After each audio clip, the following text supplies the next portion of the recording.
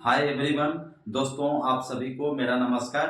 मैं हूं सौगुनी पंडित from urban प्रखंड मुजफ्फरपुर बिहार। आप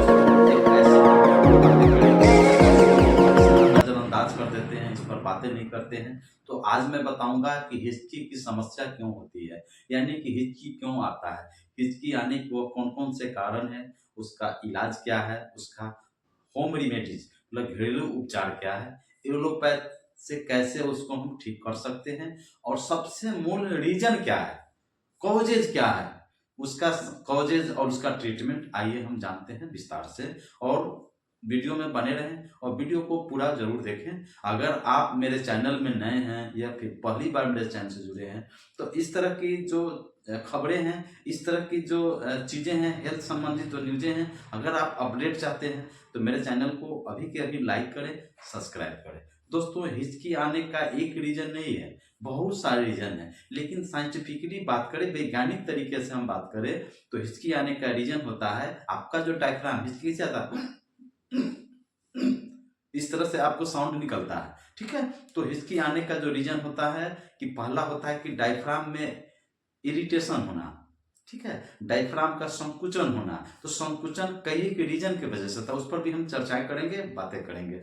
तो इरिटेशन होना है ना, या फिर संकुचन होना, या फिर यूं कहे कि उसमें दबाव जब उस पर पड़ता है तो उसके जो मांसपेशियां आता है उसके आसपास में जब इरिटेशन होता है, या फिर एसिड का रिफ्लैक्स होना, यह सब भी रीजन आपका ये हिचकी की समस्या की ओर इशारा करता है। दोस्तों, कभी कभी देखा गया है कि कुछ लोगों में गर्दन के आसपास में गांठ बन जाना, ट्यूमर बन जाना, इस या फिर मस्तिष्क में कभी चोट लगा हो, उस वजह से भी उसमें इन्फ्लामेशन होना, कुछ ऐसी गड़बड़ियां होना, उस वजह से भी हिचकी की समस्याएं आपको आता है। अगर हिचकी की समस्याएं 48 घंटा, ऐसे तो हिचकी स्वतः ठीक भी हो जाता है, जब आप नॉर्मल पानी पी लेते हैं, ताजे पानी पी लेते हैं तो हिचकी स्वतः चल ठीक हो जाता है। लेकिन अगर 48 घंटे के अंदर अगर हिचकी की समस्या नहीं जाता है, अगर आपका वह हिचकी कुछ दिन, कुछ सप्ताह या फिर कुछ महीने तक लग जाता है, ऐसे में आप उसको इग्नोर नहीं करना है, आपको ऐसे में चिकित्सक से परामर्श लेने की जरूरत है। दोस्तों, हिचकी आने का और भी कई एक रीजन है, जैसे कि आपका पेट में एसिडिटी बनना, गैस की समस्या होना, बदहजमी की समस्या होना, पाचन क्रिया में गड़बड़ी होना, है ना, यह सब हिचकी के वजह भी हो सकता है और अक्सर होता भी है। और कुछ ऐसा जैसे लीवर में इन्फेक्शन हो जाना, पेनक्रियाटाइटिस की समस्या होना, यह सब, या फिर ये आपको कुछ ऐसी बीमारी जैसे किडनी का फेलुअर होना, है ना, नर्व्स का डैमेज होना। डायबिटीज में दोस्तों देखा गया है कि अगर किसी पेशेंट को डायबिटीज हो जाता है, अगर उसका ब्लड शुगर लेवल मेंटेन अगर नहीं है तो ऐसे में नर्व्स डैमेज होता है। जब नर्व्स डैमेज होता है तो उस वजह से भी हिचकी की समस्याएं आपको देखने को मिलता है। तो इसके अलावे भी जैसे अनहेल्दी डाइट में होता है कि ज्यादा आजकल की युवा पीढ़ी ज्यादा तीखा तेल मसाला का, है ना, तला हुआ, भुजा हुआ, छना हुआ आइटम्स का प्रचुर मात्रा में लंबे समय तक लेना, इस वजह से भी आपकी जो पेट की समस्या है वो पैदा होता है और धीरे धीरे हिचकी की ओर इशारा करता है, और बाद में हिचकी भी होने की संभावना बना हुआ रहता है। क्योंकि जब आपका एसिडिटी बनेगा, कॉन्स्टिपेशन की समस्या रहेगा, इंडाइजेशन की समस्या रहेगा, तो इट में भी आपका हिकअप हो सकता है।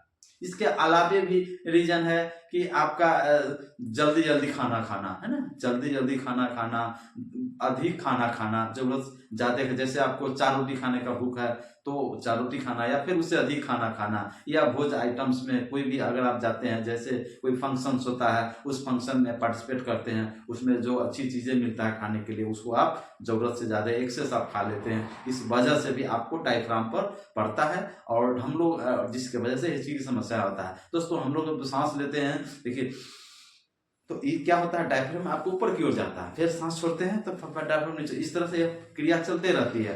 तो इसी में आपको कहीं ना कहीं कुछ गड़बड़ियां होती है, जिसके वजह से हिचकी की समस्याएं आपको देखने को मिलता है। कभी कभी देखा गया है किसी किसी पेशेंट में इंसेफ्लाइटिस की बीमारियां होना, मेनिंजाइटिस की बीमारियां हो जाना, है ना, इस तरह से और भी कई एक रीजन होता है जिसके वजह से हिचकी की समस्याएं आपको देखने को मिलता है। कभी कभी आपको देखेंगे कि हार्मोनल इम्बैलेंस हो जाता है ना, हार्मोनल इम्बैलेंस के वजह से हिचकी आता है। आपका ये इलेक्ट्रोलाइट इम्बैलेंस होना, जैसे सोडियम की मात्रा बढ़ जाना, फिर सोडियम की मात्रा फिर कम जाना, बढ़ जाना, घटना, पोटासियम हो गया, कैल्शियम हो गया, इस तरह से मात्रा घटने से भी आपको ये हिचकी की समस्या आपको देखने को मिलता है। तो यह सब रीजन आपको हिचकी की ओर ले जाता है। इस वजह भी आपका हिचकी की आने की संभावना रहता है और मैक्सिमम हो भी जाता है। अभी के युवा पीढ़ी में आप देखेंगे कि खाते समय टीवी से जुड़े रहना, मोबाइल से जुड़े रहना, लैपटॉप से जुड़े रहना और खाना खाते रहना, तो ऐसे में भी हिचकी की समस्या आता है और हिचकियाँ सब परेशान होते हैं। अभी जैसे कि आपको देखा गया कि जैसे कोल्ड आइटम खाते हैं, जैसे फ्रिज का आइटम्स लेते हैं, है ना, प्रिजर्वेटिव आइटम खाते हैं, है ना, या फिर ये बिना एक्सपायरी देखे हुए जो फ्रिज का आइटम होता है उसको आप लेते हैं, तो इस वजह से भी हिचकी आता है। आप कोल्ड ड्रिंक्स में थम्स अप पीना, पेप्सी पीना, कोको कोला लेना, ये अत्यधिक ठंडा हुआ, चिल आइटम हुआ, फिर कोई गर्म सामान आप खा लेते हैं, तो ऐसा होता है। तैलीय सामान ज्यादा मात्रा में, ना, तला हुआ सामान ज्यादा मात्रा में लेना, पानी पी लेना, या फिर कभी कभी देखा जाता है कि जैसे खाना जब खा रहे हैं, काफी हीट है, काफी गर्म है, वो खाना खा लिए और ठंडा पानी पी लिए, तो इस वजह से भी आपको हिचकियां आपको देखने को मिलता है और हिचकियां आता है। दोस्तों, आज आपने जाना कि हिचकी आने का बहुत सारे रीजन है। अभी साइंटिफिकली बात करें तो प्रॉपर रीजन कारण नहीं पता चल सका है कि आता है तो क्यों आता है, लेकिन मैक्सिमम आने का रीजन यही होता है। तो अगर हिचकियां अगर 48 घंटे के अंदर में अगर हिचकी चला जाता है तो आपको घबराने की जरूरत नहीं है। अगर वो हिचकी 48 घंटे से बाद हो जाता है, यानी कुछ दिन हो जाएगा, है ना, कुछ सप्ताह हो जाए, फिर कुछ महीना हो जाए, ऐसे में इसको नजरअंदाज नहीं करना चाहिए। ऐसे में आपको जो पेशेवर चिकित्सक हैं उनसे आपको मिलने की जरूरत है, जो रजिस्टर्ड डॉक्टर है उनसे आपको इलाज कराना है। उसमें आपको जो डॉक्टर्स आपके चेकअप करते हैं आपके बॉडी को और फिजिकल रूप से एग्जामिन करते हैं, क्लिनिकली रूप से डायग्नोस्ट करते हैं और मैक्सिमम ठीक भी हो जाता है। अगर आपको क्लिनिकली रूप से, फिजिकल रूप से एग्जामिन के बावजूद जो दवाइयां दिया गया नहीं ठीक होता है, ऐसे में फिर क्लिनिकली रूप से ट्रीटमेंट स्टार्ट होता है। इंडोस्कोपी करा के देखना पड़ता है, कुछ इन्वेस्टिगेशन में जैसे अल्ट्रासोनोग्राफी होता है, कुछ ब्लड की टेस्टें होती है, इस तरह से कुछ इंटेस्टाइनल, यानी जो आपके बॉडी में समस्याएं हैं, जो कंप्लेन है, उसको प्रॉपर चेकअप होता है। उसके बाद उसकी इलाज स्टार्ट होती है, जिससे कि हिचकी की समस्या उसका दूर होता है। दोस्तों, हिचकी आने पर होम रेमेडीज, घरेलू उपचार क्या है और उसको हम कैसे उस उपचार के जरिए आपका जो हिचकी की समस्या है वो दूर होगा। तो नंबर 1, ठंडा, मीठा और खट्टे आइटम्स का प्रयोग। खट्टे आइटम में क्या करना है, आपको नींबू के 4 टुकड़ा कर लेना है और उसके 1 टुकड़ा को मुंह में रखना है और उसको रस को चूसना है।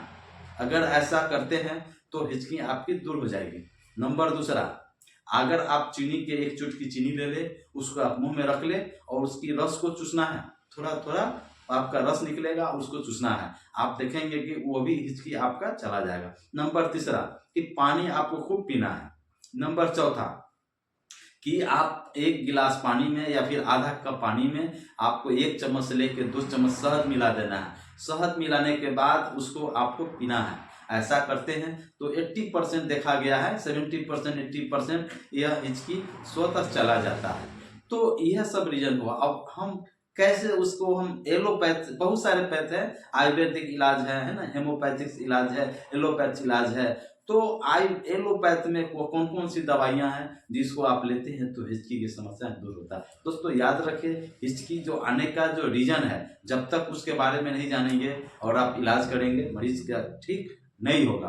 अगर किसी पेशेंट को कॉन्स्टिपेशन है, उसमें कितनों आप सुइया दवाई देंगे, नहीं ठीक होगा। कॉन्स्टिपेशन को ठीक कीजिए। एसिडिटी की समस्या है तो एसिडिटी का इलाज कराइए। लीवर की समस्या है तो लीवर का इलाज होगा। हार्मोनल इम्बैलेंस है, उसका इलाज होगा। अगर किसी पेशेंट को ये इलेक्ट्रोलाइट इम्बैलेंस है, बहुत सारे रीजन है, तो उस रीजन का पर डॉक्टर्स काम करते हैं। तो टेस्ट वगैरह होता है, कुछ क्लिनिकली रूप से, कुछ पेशेंट ऑलरेडी बात करते हैं कि सर हमें ये समस्या है, ये समस्या है, उसका इलाज होता है। अब जैसे कॉन्स्टिपेशन है तो कॉन्स्टिपेशन को दूर करने के लिए बहुत सारी दवाइयां आपको टैबलेट फॉर्म में उपलब्ध होता है, चूर्ण में उपलब्ध होता है, एंटासिड होता है, सिरप में आता है, या फिर पार्गेटिव ड्रग्स होता है, लैक्सिलेटिव ड्रग्स होता है। अब टैबलेट की बात करें तो डुफालेक्स गोली आता है, जिसका मात्र 1.5 रुपया पर टैबलेट आता है। आप 2 गोली, अगर आपका उम्र 15 साल से ऊपर है तो कॉन्स्टिपेशन से परेशान है, कब्जियत से परेशान है, तो आप 2 गोली रात के रात आप 3 दिन से 5 दिन अगर करते हैं, खा लेते हैं, तो आपकी पेट के अंदर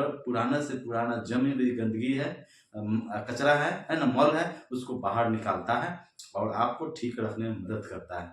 अब हम सिरप की बात करें तो सिरप में आपका चूर्ण में आपका आता है सेप्टोवैक एसेफ आता है, सेप्टोवैक्स आता है, त्रिफला चूर्ण भी उसमें आता है, लेकिन वो आप जनरली गैसेस बना हुआ है या फिर उसमें वो भी काम करता है, अच्छा काम करता है, आप लेते हैं। या फिर पेट सफा, ऐसी दवाइयों को लेते हैं तो रियली में आपका पेट साफ कर देगा और रोग भी दफा हो जाएगा। ये जो स्लोगन जो है रियली में काफ़ी फंटास्टिक है। और तीसरा होता है कि आप मिल्क ऑफ मैग्नीशिया होता है, पैराफिन होता है, उसका आप ले सकते हैं, क्रीमाफिन ले सकते हैं, क्रीमाफिन प्लस ले सकते हैं, है ना। डूफालैक जो कि लैक्सिलेटिव ड्रग्स है उसको आप ले सकते हैं, तो आपकी जो कॉन्स्टिपेशन से दूर होगा। एसिडिटी बना हुआ है तो उसमें इंजेक्शन के रूप में आप पैरानिटिडिन ले सकते हैं, जिसको हम एसिलॉक इंजेक्शन कहते हैं। पेंटोप्राजोल ले सकते हैं, सुइया जो कि आईवी दिया जाता है, ठीक है। उसके बाद गैस की दवाई में बहुत सारा कैप्सूल में आता है, टैबलेट में आता है, जैसे रेनिटिडिन हो गया, पेंटोप्राजोल हो गया, इसमें प्राजोल हो गया,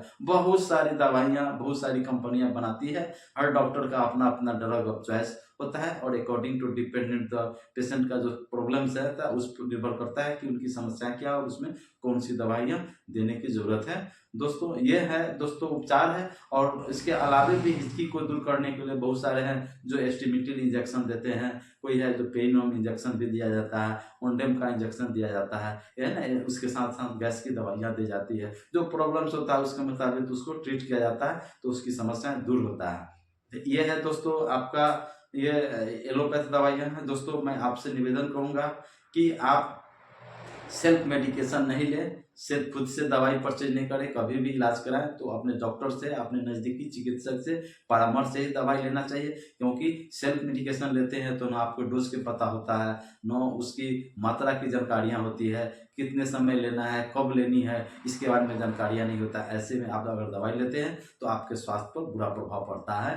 तो दोस्तों डॉक्टर्स के परामर्श से ही दवाइयाँ लेनी चाहिए। तो वीडियो कैसा लगा इसको कमेंट्स करके आप बताएंगे।